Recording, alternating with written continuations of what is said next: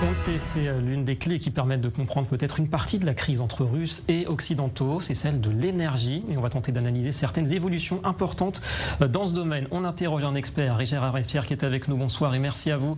Spécialiste des questions énergétiques, vous êtes chercheur associé à la Fondation d'études pour le Moyen-Orient, la FEMO, et fondateur également du site internet, le magazine Le Monde Décrypté. Alors parmi les paramètres qui dictent un peu l'attitude des Européens, on le sait, et le rythme aussi des sanctions contre Moscou, on retrouve la dépendance de l'Allemagne à l'énergie. Eh bien, les Allemands, semble-t-il, redoublent d'efforts en ce moment pour s'affranchir de cette dépendance, avec peut-être déjà quelques résultats, et notamment pour le charbon et le pétrole. Oh oui, et puis peut-être on peut ajouter déjà le gaz, n'est-ce pas, puisque il semble bien que le fameux Nord Stream 2, on ne peut pas dire soit fermé à jamais, mais en tout cas n'ouvrira pas. Donc l'Allemagne est en train, que vous venez de le souligner, de redessiner complètement son architecture d'approvisionnement énergétique en produits donc fossiles, en particulier donc gaz et pétrole. Et ça, c'est quand même remarquable pour la 4e économie mondiale de prendre ce genre de décision et de la mettre en pratique aussi rapidement. Alors pour le gaz, c'est quand même un petit peu plus compliqué. On est passé à peu près de 45 à 35% de dépendance. Pourquoi justement c'est plus difficile pour le gaz qu'avec le pétrole et le charbon ? Écoutez, c'est une question de volume. C'est simplement une question de volume.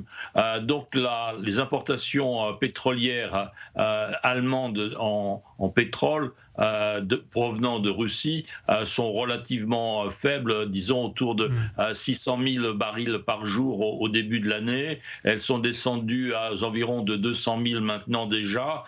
Donc il reste un dernier pas à franchir en s'appuyant sur les ressources plus au nord venant de Norvège par exemple. Donc c'est une question de volume, 400 000 barils dans un premier temps, 200 000 qui restent maintenant à approvisionner, mais les besoins en gaz en Allemagne sont bien supérieurs, n'est-ce pas? Donc là, il s'agit de volumes beaucoup plus conséquents et en conséquence, il faudra 2 à 3 ans pour que effectivement l'Allemagne, disons fin 2024, puisse être complètement indépendante du gaz russe. Voilà, donc l'Allemagne qui diversifie, c'est un tournant. En tout cas, la Russie peut compter sur la Chine. En quelques mots, la Chine qui vient d'augmenter de 60% quand même ses importations de gaz russe. Est-ce que Pékin peut compenser les pertes de Moscou, d'après vous ?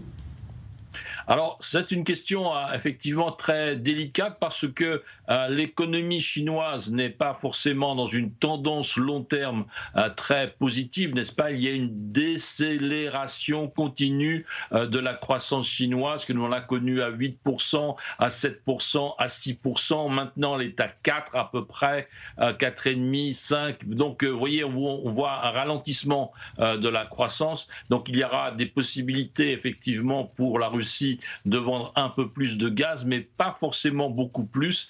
Et en conséquence, il se pourrait que la Chine ait à choisir entre des approvisionnements du Moyen-Orient et des approvisionnements venant de Russie, ce qui, d'un point de vue diplomatique, serait une situation difficile pour elle. Mais ne croyons pas qu'il s'agisse de faire simplement un changement en disant oui, nous pouvons, nous, Chinois, approvisionner beaucoup plus de gaz russe. Ce n'est pas le cas. Ce sera une situation à discuter, je dirais, mètre cube par mètre cube. Merci beaucoup Gérard Respierre d'avoir été avec nous ce soir. Merci pour cette analyse en direct.